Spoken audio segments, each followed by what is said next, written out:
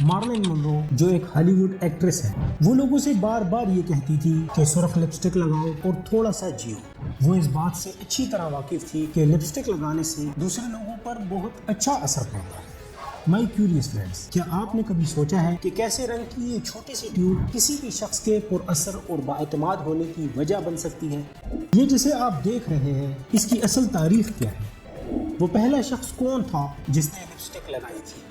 Lipstick کی تاریخ بہت دلچسپ اور انتہائی عجیب ہے۔ دونوں کے کیوریس فیلوز، میں آپ سب کو ایک مرتبہ پھر اپنے ساتھ ماضی کے سفر پر لے کر جا رہا ہوں تاکہ آپ اس غلط فہمی میں نہ رہیں کہ لپسٹک آج کل کی کوئی جدید چیز ہے۔ ماضی کے اس سفر میں آپ کو کوئی 10، 20 یا پھر 50 سال پیچھے نہیں لے کر جا رہا، بلکہ میں صدیوں کو بھی پیچھے چھوڑ کر ہزاروں سال پرانے وقتوں میں آپ سب کو لے کر جا رہا ہوں۔ دوستو، یو نو کی ویڈیوز میں ایک مرتبہ پھر سے خوش آمدید۔ کاسمیٹکس کی تاریخ آج سے تقریباً 7,000 سال پرانی ہے۔ پرانے زمانے میں لوگ نہ صرف غاروں کو پینٹ کرتے تھے بلکہ وہ اپنے چہروں اور جسموں پر بھی پینٹنگ کیا کرتے تھے، اور ہر معاشرے کی چہرے کو رنگنے کی اپنی ہی ایک خاص ثقافت تھی، اور لوگ اپنی ثقافت کے حساب سے چہروں کو پینٹ کیا کرتے تھے۔ لیکن یہ ان لوگوں کے چہروں پر جو آپ کو عجیب اور غریب قسم کے رنگ نظر آ رہے ہیں، اس کی وجہ نہ تو کسی قسم کی آرائش اور زیبائش تھی اور نہ ہی بچوں کی سالگرہ۔ اس دور کے لوگ بہت زیادہ توہم پرست تھے۔ ان کا یہ خیال تھا کہ جب وہ چہروں پر رنگ لگائیں گے تو یہ عمل انہیں بری قوتوں سے محفوظ رکھے گا، اور اس لیے یہ دلیل دی جاتی ہے کہ کاسمیٹک انسانی ثقافت کی ابتدائی رسموں میں سے ایک ہے۔ لیکن یہ زیادہ تر ان رنگوں کو قدرتی طور پر موجود رنگین پگمنٹس، جسے روغن بھی کہتے ہیں، ان سے حاصل کیا کرتے تھے، جس میں سے کیچڑ بھی ایک ہے۔ اس لیے اگر اگلی بار آپ میں سے کوئی کیچڑ کے ڈھیر میں گر جائے تو یہ کبھی مت سوچیں کہ آپ کیچڑ کے ڈھیر میں گرے ہیں، بلکہ سب کو بتائیں کہ یہ تو میک اپ ہے۔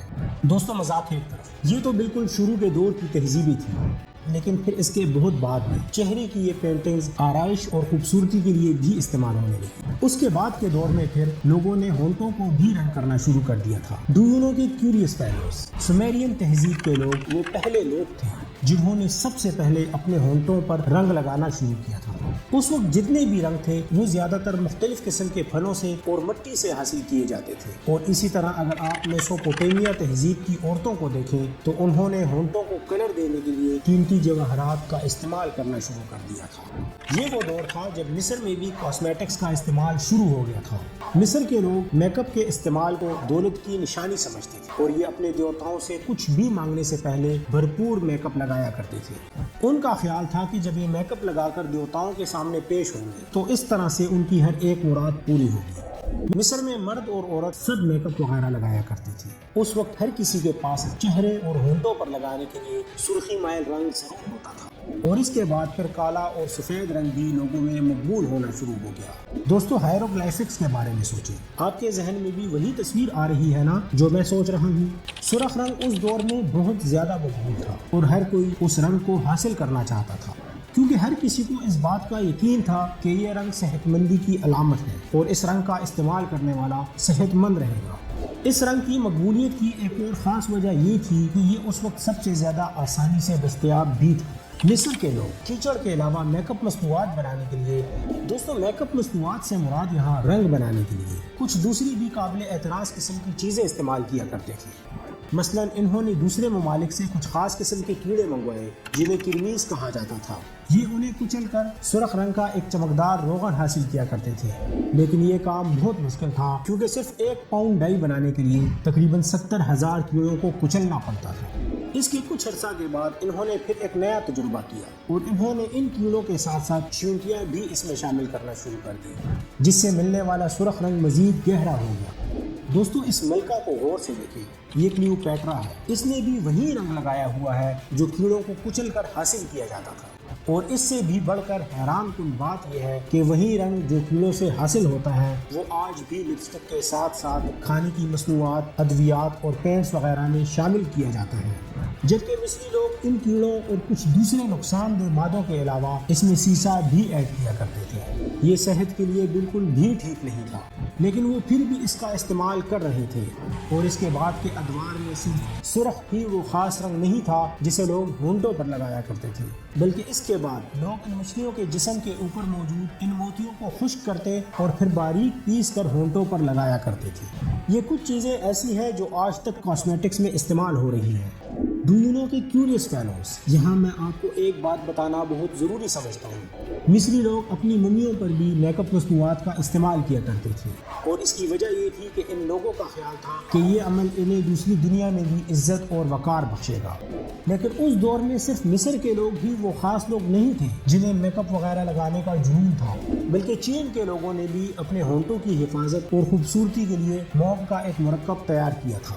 اور ہاں دوستو، اگر مغرب کی بات کی جائے تو مغرب میں لپسٹک وغیرہ کو کوئی خاص شہرت حاصل نہیں تھی، بلکہ مغرب کے لوگ لپسٹک کو بہت برا سمجھتے تھے، اور جو کوئی عورت یا پھر لڑکی اس کا استعمال کرتی تھی وہ بے حیا سمجھی جاتی تھی، بعض اوقات تو اسے سزا بھی دی جاتی تھی، اور مغرب میں کوئی بھی اسے نہیں لگاتا تھا۔ لیکن پھر ملکہ الزبتھ اول کے دور میں یہ اچانک ہی مقبول ہو گئی۔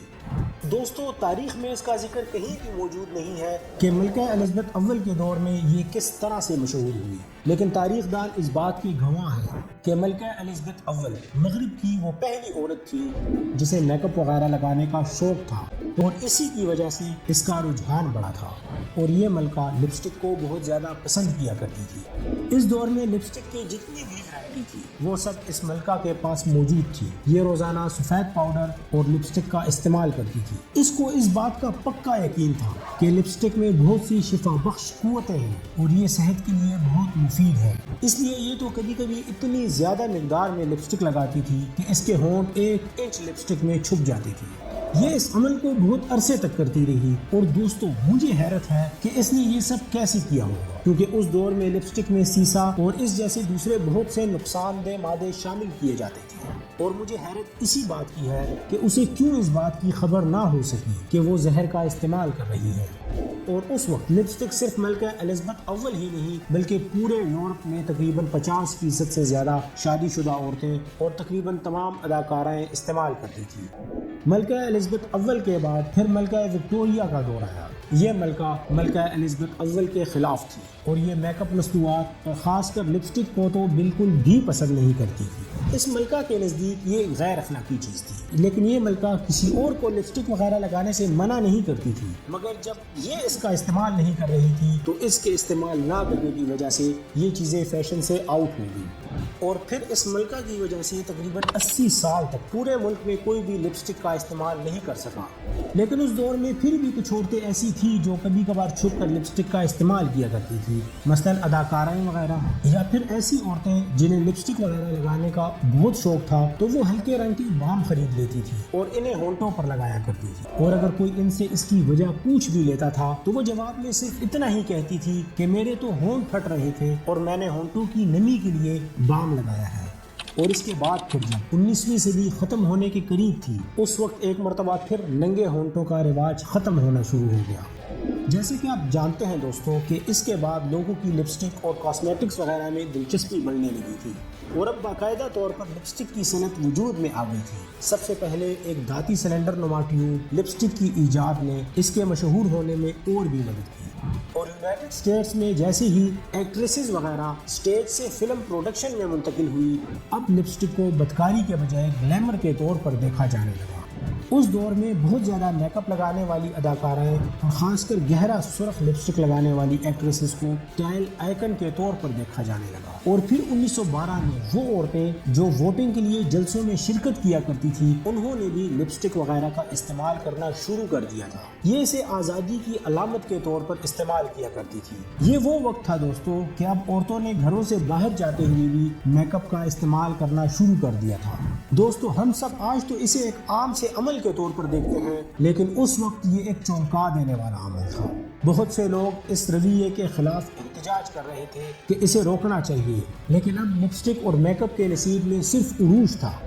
1930 تک لپسٹک بہت زیادہ سستی ہو گئی تھی اور ہر کسی کے لیے اسے خریدنا آسان بھی ہو گیا تھا، اور یہی وہ دور تھا جب لپسٹک اور میک اپ مصنوعات دکانوں میں چھپا کر نہیں رکھی جاتی تھی بلکہ انہیں اب بالکل سامنے رکھا جاتا تھا۔